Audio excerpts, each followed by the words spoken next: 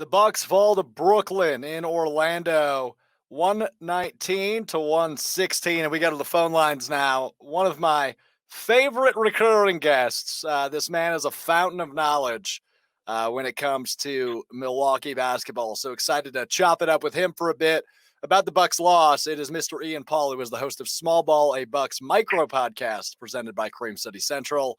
Ian, what's up, my man? How are you? Not too much. Thanks for having me. You're too kind. The fountain of knowledge. Certainly, worse things have been said about me. Yeah, I was gonna say that might be a little bit of a too high praise, but I gotta oversell. I gotta make it seem like I really got the best guest on the show. But Ian, always a pleasure, my friend. Appreciate you taking the time. Let's jump right into it. 119, 116 is the final. We saw a lot of bench in the second half for Milwaukee. What's your takeaway from that second half? Well, looking at this game, the second half, it's really hard to take anything meaningful from it, in my opinion. Looking at, everyone off the bench was getting meaningful minutes in that second half. Giannis and Chris didn't play. So I try not to make too much of this loss. I was listening a little bit to your fight there between yourself and Kyle. And, I think I'm on your side. I don't think this is that big of a deal. This game doesn't mean that much. No. Looking at this in the grander scheme of things, looking at the first two games as well, I think there's a lot of good that we've seen from the Bucks. And of course, we like to keep things positive here on the Alex Strouf show. So, looking at the good, Giannis to start off has been playing like the MVP that he will likely be in these first three games or 2.5 games for him. So I think that's something that we can definitely take away. Chris Middleton, that first game kind of struggled to get his shooting touch a little bit against the Celtics. Yep. But he looked like the all-NBA player that he will be against the Rockets. So I'm not too worried. I think there's a lot of good that we've seen these first three games. So I'm glad you're on my side, and I love that you mentioned we keep it positive here. You are just killing it after one question, Ian. Nice job. So yeah, and just to go back to the overreaction, why this won't matter in the grander scheme of things, I just want to make the note. Look, after this, what I imagine will be a smash mouth, and we'll talk about this more in a little bit, but what I imagine will be a smash mouth, down to the wire type game against Miami on Thursday. I don't think we're even going to be talking about this game a whole lot because we saw a lot of the bench. We got to see the depth that Milwaukee does have. And we got a really good look at some guys we haven't, at least on the NBA level, especially with Frank Mason. So who stood out to you today off the bench, and who do you want to see maybe more of as we go forward and the starters will get more than 16 minutes?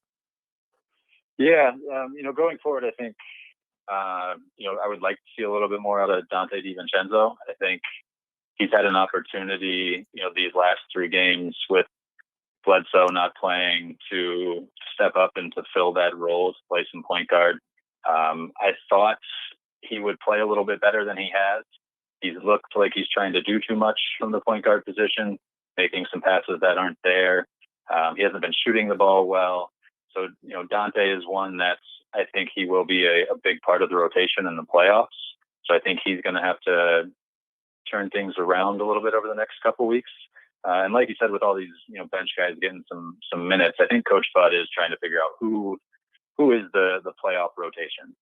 Because we're certainly not going to remember this game in 2 weeks when the Bucks open their first round in the playoffs, right? We're going to forget about this game. And I think that's what Bud's doing. He's working some things out.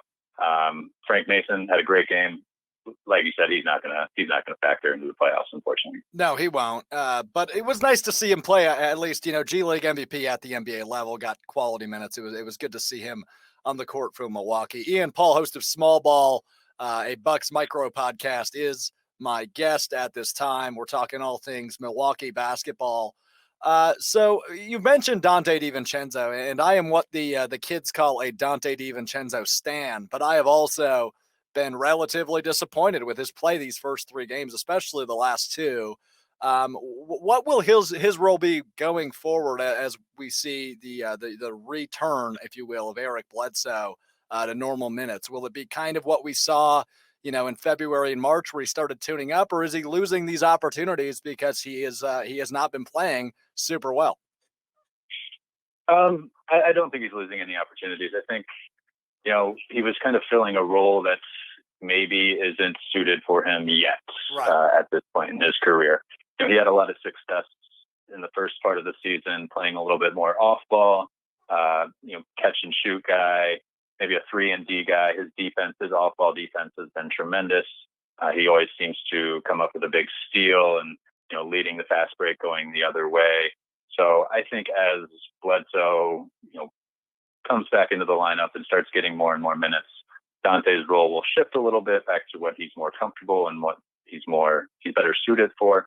So I don't think he's missing an opportunity. But there was a chance there and it didn't work out. And, like we said, Bud's trying to figure things out. Now he knows that maybe Dante isn't suited for that role off the bench in the playoffs. And that's great to know. Did you know who Timothy Luwawu-Cabarrot was before today? I did not. I will be completely honest. Not quite the fountain of knowledge that you put me up to be. I had no idea. I said Milwaukee basketball, not Brooklyn basketball. Yeah, great name, and he had a pretty solid game minus the fouling out he did. Brooklyn was hitting from outside, but they're not a real threat. Assuming they get that 8 seed, they're not a real threat to Milwaukee once playoff time comes, right? Please put that argument to rest.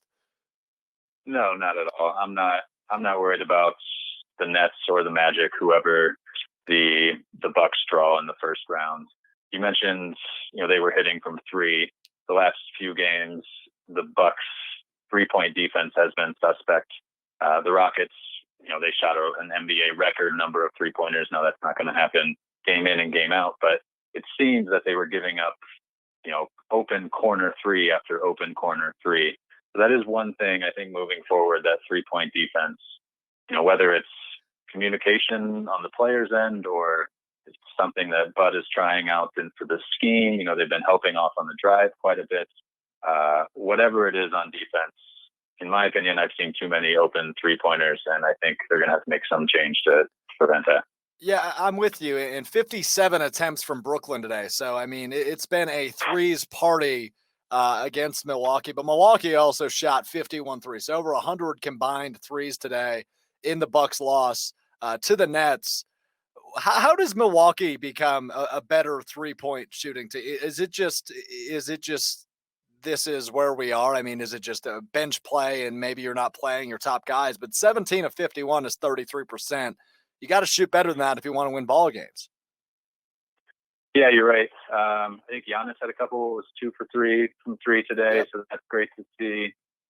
George Hill's kind of been slow to get his 3-point shot back. He was, of course, leading the league in threes before the postponement of the season. I think he's only hit a couple so far in the bubble. I think it's one of those things that it's gonna take the Bucks a little while. It's going to take Dante and George. Chris Middleton's been shooting the ball well. I think we can always count on him to do his things.